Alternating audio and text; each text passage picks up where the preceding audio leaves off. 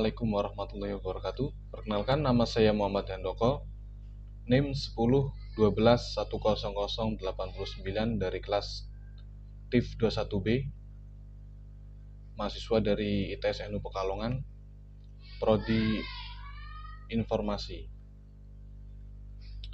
Di sini saya akan memaparkan hasil analisis dari saya mengenai desain user experience, yaitu design thinking. Design thinking adalah bagaimana kita mencari solusi yang seefisien mungkin dan yang paling efektif dari permasalahan yang dihadapi oleh user.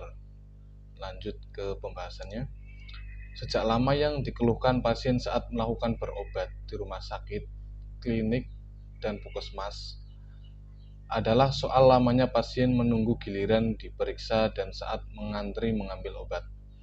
Mungkin kebanyakan rumah sakit, klinik, dan puskesmas membuka pendaftaran dan dokter mulai memeriksa pasien berjeda waktu sangat lama. Jadi para pasien itu jenuh untuk menunggu lama itu. Lanjut ke akar permasalahan. Yang pertama, terdapat beberapa pasien yang mendapatkan nomor antrian awal datang terlambat karena merasa mendapatkan nomor antrian awal.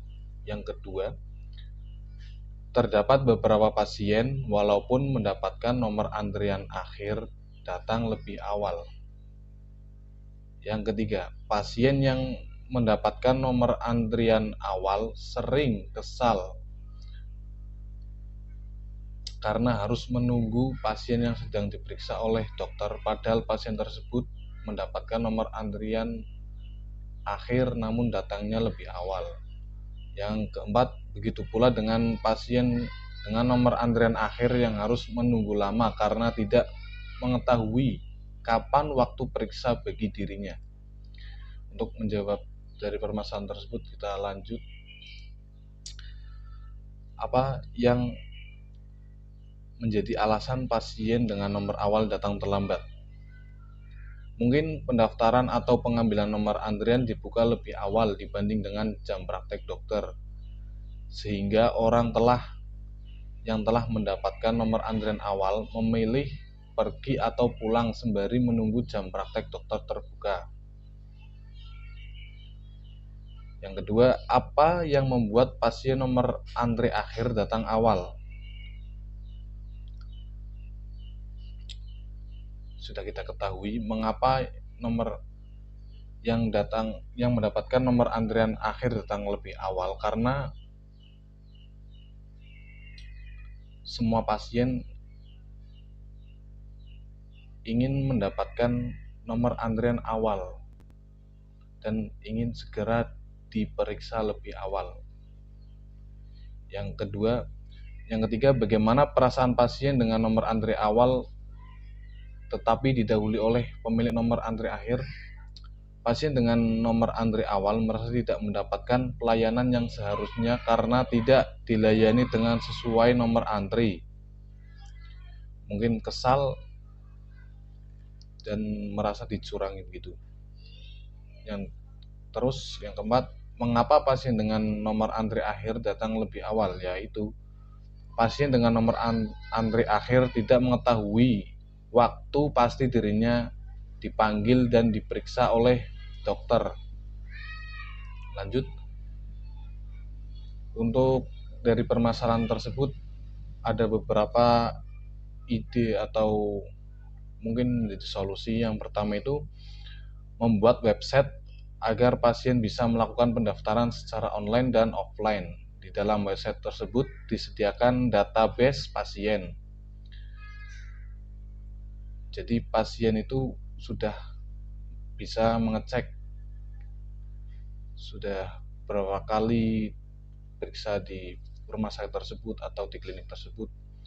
Terus terdapat menu registrasi bagi pasien yang baru pertama kali berobat di tempat tersebut.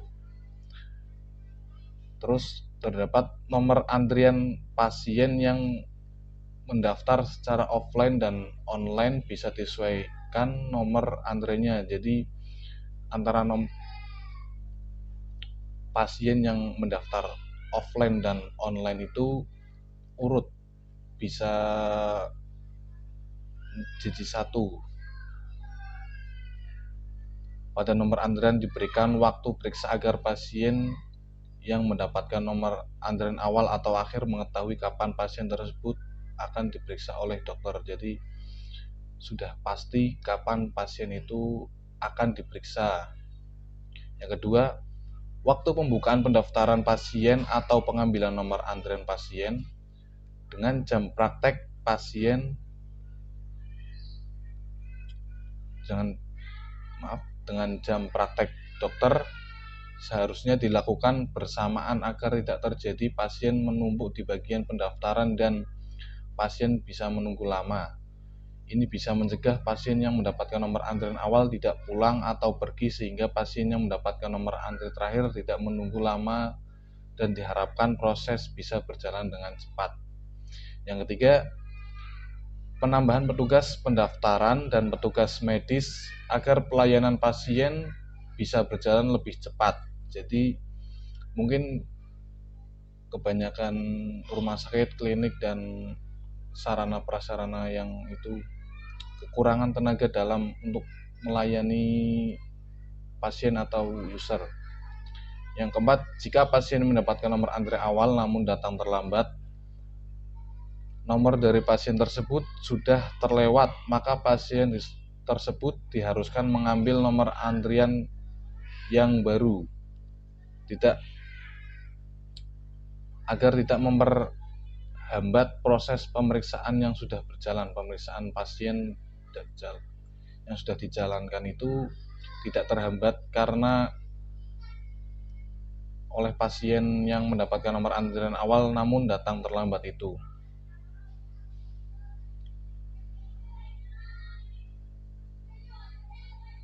Jadi jika pasien yang mendapatkan nomor antrian awal namun datang terlambat itu, nomor antrian awal tersebut itu sudah hangus, jadi harus mengambil nomor antrian lagi. Terus ini adalah mungkin cara alur pendaftaran offline dan online. Mungkin jika ada yang online bisa mempercepat dari proses pendaftaran tersebut, sedangkan yang offline itu mendapatkan atau melewati proses pendaftaran itu cukup panjang, cukup lama. Jadi kalau ada online itu bisa mempercepat dan meringkas waktu. Cukup sekian dari saya. Bila ada tutur kata yang salah atau kurang berkenan, mohon dimaafkan. Wassalamualaikum warahmatullahi wabarakatuh.